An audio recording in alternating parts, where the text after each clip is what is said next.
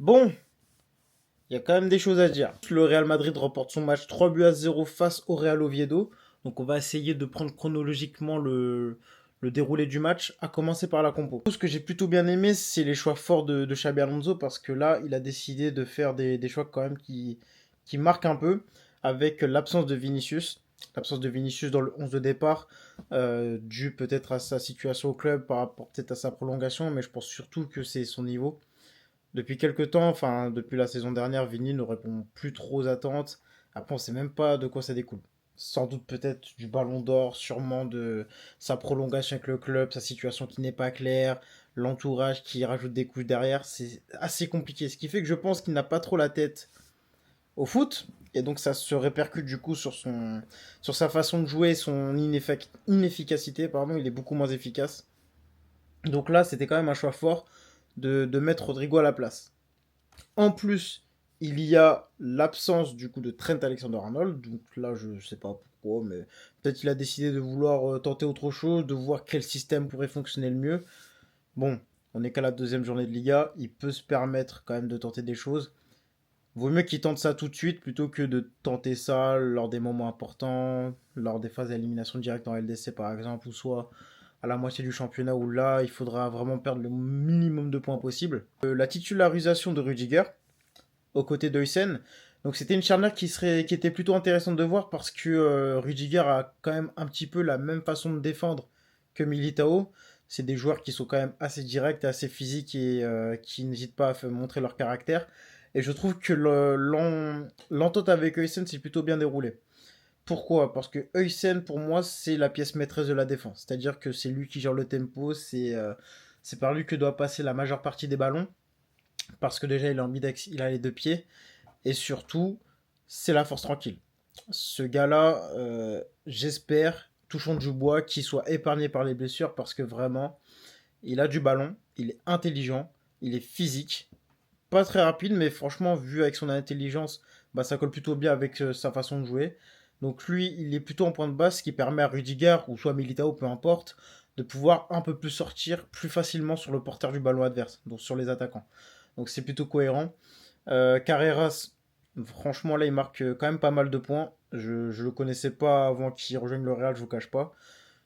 Même si j'ai vu son match contre le Barça l'année dernière en LDC, donc c'était plutôt intéressant parce qu'il a réussi à quand même à garder la mine. Mais là, c'est vrai que depuis qu'il est arrivé au Real, il montre une certaine sérénité, il a du caractère, il n'hésite pas à se proposer, à faire des appels.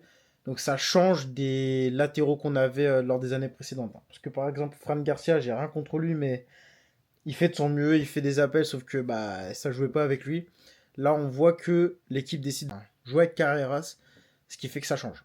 On voit qu'il y a beaucoup plus d'appels du côté gauche, il y a une meilleure animation, il y a un peu plus de jeu, sachant que c'est un défenseur qui a du ballon. Donc franchement, là, Carreras, franchement, très bonne surprise. Ensuite, bah, Carvajal à la place de Trent.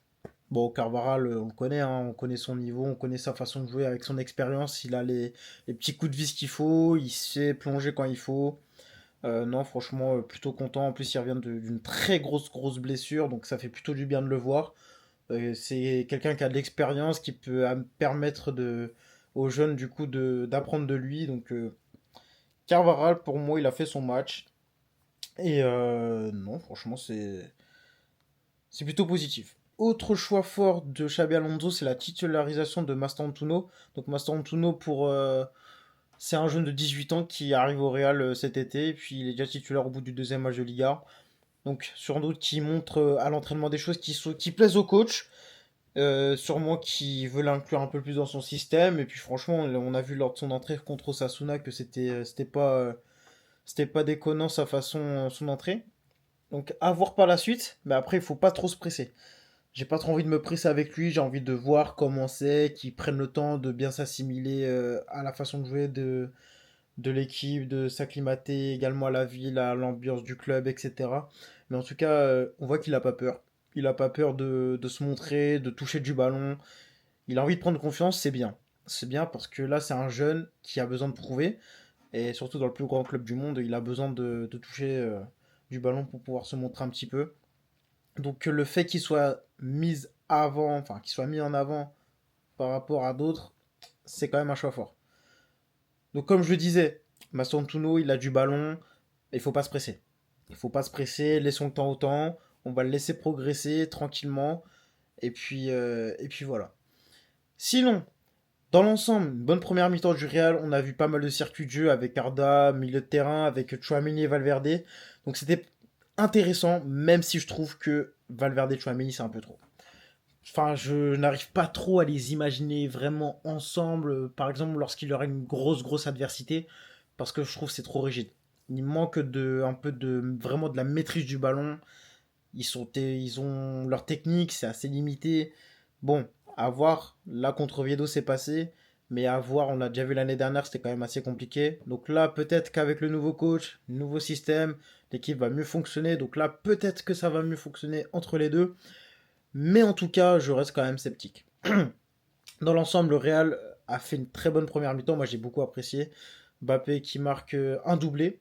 Un doublé, donc c'est très bien pour la confiance. On voit qu'il est en jambes. On voit que Mbappé est en jambes, qui n'hésite pas à se montrer, qui décroche pour pouvoir démarrer certaines actions. Bon, on peut parfois lui reprocher de trop descendre pour qu'il ne soit pas aux abords de la surface ou dans la surface. Là, on doit l'attendre étant donné que c'est le 9 de l'équipe. Donc bon, à voir. Mais en tout cas, c'est quand même cohérent avec le système de jeu parce que c'est de lui d'où partent les actions lorsqu'il décroche. Et avec son accélération, ça peut faire très mal.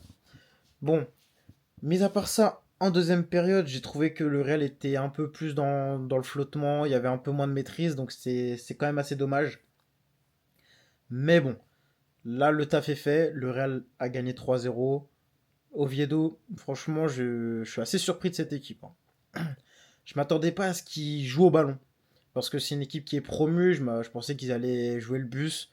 Mais franchement, je suis assez surpris parce qu'ils ont décidé quand même de garder leur identité qui leur ont permis de monter en première division. Ils ont décidé de jouer leur jeu. Bon, le Real a pu exploiter les espaces qu'il y avait derrière quand il y en avait.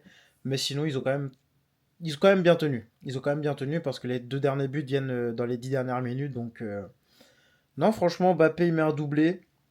Ça fait plaisir pour lui. Il est en confiance. Il prend de l'avance pour le trophée de meilleur buteur de Liga. Il a 3 buts déjà. Donc c'est bien pour lui. Et Vini qui rentre, lui qui était sur le banc, j'ai vu sur les réseaux qu'il était quand même assez déçu, qu'il était énervé. Donc là au moins c'est un signe fort de, comme j'ai dit, Xabi Alonso. Il le met sur le banc parce que t'es pas au niveau. C'est ce qu'il faut. Si t'es pas au niveau, tu joues pas. Donc non, franchement, je suis plutôt satisfait quand même du Real. Les 3 points, c'était l'objectif. Donc là, le but, c'est vraiment de faire le 9 sur 9 avant la trêve. Comme ça, on essaie quand même de garder une certaine dynamique en Liga. Parce que la Liga, c'est de la dynamique, c'est de la régularité. Donc là, on est sur du 2 sur 2. C'est bien. Donc là, il faudra essayer de garder cette dynamique pour la suite, pour la semaine prochaine, le prochain match. Je sais même pas, il joue contre qui le prochain match. Il joue contre qui le Real? Le Real, il joue contre qui? Prochain match contre Mallorca. Donc Mallorca samedi 30. Ok, donc Mallorca, c'est une équipe contre qui on a fait match nul lors de la première journée l'année dernière. C'est une équipe qui, quand elle décide de défendre, elle défend, ses blocs bas, c'est très relou. Donc on va voir ce que ça va donner. On va voir ce que ça va donner. Donc bon, là le but, comme j'ai dit, c'est de faire du 9 sur 9. Et donc à voir. En tout cas, quand même assez satisfait du Real. Enfin bon, l'objectif c'était les 3 points. Moi personnellement, je m'attends pas à ce que le jeu, le style de jeu soit révolutionné après 4 ans d'Ancelotti, hein. Faut prendre du temps pour que l'équipe soit rodée, qu'il y ait vraiment un cœur de jeu, une identité de jeu. Là, au bout de même pas 10 matchs, c'est impossible. C'est pour ça, on attend, soyons patients. Sinon, mis à part ça, plutôt content de Mbappé et Vini, les deux attaquants du projet Marc. Donc tant mieux pour eux. En tout cas, si vous avez apprécié la vidéo, le petit débrief rapide, donc c'était le premier, hein, donc on va essayer de prendre un peu plus confiance. Si vous avez des retours, des conseils, n'hésitez pas à me les donner. Et puis en tout cas, n'hésitez pas à vous abonner, commenter, liker, partager. Et puis n'hésitez pas également à me suivre sur les réseaux. Et puis en tout cas, je vous dis à la prochaine pour une nouvelle vidéo.